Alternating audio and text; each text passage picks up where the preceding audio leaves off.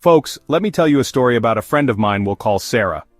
On the surface, Sarah's life in Nashville looks like a testament to resilience. She's a single mom to two incredible kids, 8-year-old Leo and 11-year-old Maya. Every morning her day starts before the sun, a quiet battle against the clock. She packs lunches, braids hair, quizzes for spelling tests, all before her own workday even begins. She's the kind of person who seems to have it all together. A master of juggling 1,000 different responsibilities with a smile.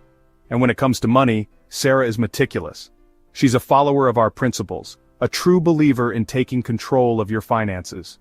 Every single dollar has a name before the month begins. Her budget spreadsheet is a work of art, color-coded and precise. She's been chipping away at old student loans and a stubborn car payment using the debt snowball method, celebrating every small victory, every zeroed-out balance. She's teaching her kids about money, about the difference between a want and a need, trying to build a foundation of financial literacy for them that she never had. She does everything right. But beneath that capable exterior, a quiet desperation was growing. For the past 7 years, Sarah worked as an administrative assistant at a logistics company. The work was stable, but it was also a soul-crushing cycle of spreadsheets, scheduling and fetching coffee. It was a dead-end job. There was no room for advancement, no opportunity for growth. The annual raises were barely enough to cover inflation, and she felt like she was running on a treadmill, working harder and harder just to stay in the same place. She'd look at her kids and feel a knot of anxiety in her stomach. She wasn't just trying to get by, she was trying to build a better future for them, a future with options, with security, with dreams they could actually chase. The breaking point came on a Tuesday afternoon. Leo came home with a permission slip for a week-long science camp, a camp he had been talking about for months. It cost $400. Sarah looked at her budget. She moved numbers around, she tried to find a way, but there was simply no room. The money wasn't there. Having to tell her son no, seeing the disappointment in his eyes felt like a physical blow. It wasn't about the camp anymore. It was about the fact that her hard work wasn't translating into the life she wanted for her family. That night, she didn't sleep. She sat at her kitchen table, the same table where she managed her budget, and made a decision. Staying put was no longer an option. It was time for a radical change. Last year, she decided to make a big career change. She started researching what fields were growing, what skills were in demand. She kept landing on tech, specifically user experience or UX design. It was creative, it was problem-solving, and the salaries she saw online seemed like they were from another planet. She found an intensive online certification program that promised to make her job ready in 6 months. It seemed perfect. But there was a catch. The tuition was $15,000. That was more money than she had in her entire emergency fund. The program's website had a prominent link. Easy financing options. She clicked it. The application was simple, and she was approved within minutes for a personal loan to cover the full amount. In her excitement and desperation, she skimmed the terms and conditions. She saw the monthly payment, thought, I can make that work, and signed electronically. She didn't pay close enough attention to the 22% interest rate lurking in the fine print. That click, that single moment of optimistic oversight was her $15,000 mistake. She just didn't know it yet. And so the grind began. She was tired of her dead-end job, so she spent her evenings and weekends in a blur of superhuman scheduling. She'd work her 9 to 5, pick up the kids, make dinner, help with homework, and then, once they were asleep, her second day would start. From 9 p.m. to 2 a.m., her kitchen table transformed into a classroom. It was fueled by cheap coffee and sheer willpower. Weekends were no longer for parks and relaxation. They were for 12-hour study sessions, for mastering design software and user research principles. She was exhausted. There were moments of crippling self-doubt. She'd stare at a complex design problem, her brain foggy with fatigue, and wonder if she'd made a terrible mistake. Her friends would invite her out, and she'd have to say no. The isolation was profound. Meanwhile, the loan payments started. The first few were manageable just as she'd planned, but then, life happened. The car needed new brakes. Maya needed braces. The small, unexpected expenses that are a normal part of life started to feel like emergencies. Her carefully constructed budget began to fray at the edges.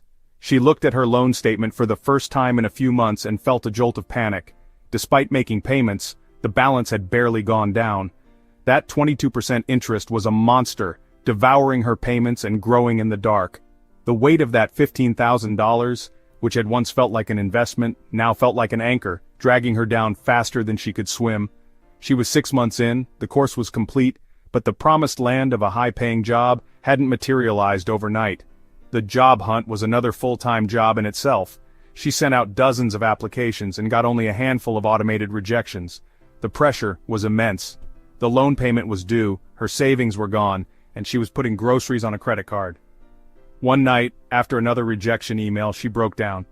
She sat on her bedroom floor, surrounded by her portfolio and her bills, and just sobbed. It felt like she had risked everything and was about to lose it all. In that moment of total despair, she remembered a podcast she used to listen to on her commute, our podcast. She found an old episode about getting out of debt when you feel hopeless. She put in her earbuds and just listened. Hearing other people's stories, hearing practical, actionable steps, was like a light turning on in a dark room. It wasn't magic, it was a plan. The next day she took the first terrifying step. She laid out every single debt she had, the student loans, the car, the credit card, and the monstrous $15,000 personal loan. She saw the whole picture, as ugly as it was. She stopped hiding from it. She learned about debt consolidation and refinancing. She spent a whole weekend researching and applying for a lower interest consolidation loan from a local credit union. Her credit wasn't perfect, but her history of consistent payments on her other debts worked in her favor. She was approved. It wasn't a magic wand, the debt was still there. But the interest rate dropped from 22% to 9%. This single move would save her thousands of dollars and cut years off her repayment time. She also reached out for help. She joined an online community of other UX designers who were new to the field. They reviewed her portfolio, gave her feedback, and conducted mock interviews. This community support was invaluable. It rebuilt her confidence. Armed with a refinanced loan, a manageable budget, and a polished portfolio, she attacked the job search with new vigor. 2 weeks later, she had 3 interviews. The week after that, she got an offer. It wasn't a 6-figure dream job right out of the gate, but it was a junior UX designer position with a great local company. The starting salary was $20,000 more than her old job.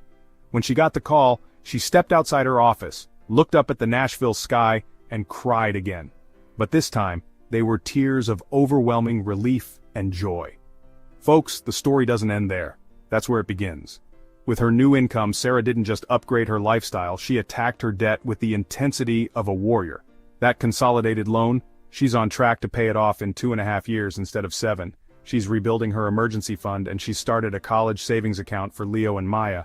The biggest change isn't the money though, it's the peace. It's the absence of that constant gnawing anxiety. It's being able to say yes to science camp without even checking the budget. It's being present with her kids, not distracted by financial worry. Sarah's story is a powerful reminder. It's a story about how easy it is to make a mistake when you're desperate for a better life. But more importantly, it's a story about resilience. It's about the power of a plan, the importance of community, and the incredible things that can happen when you refuse to give up. Her $15,000 mistake didn't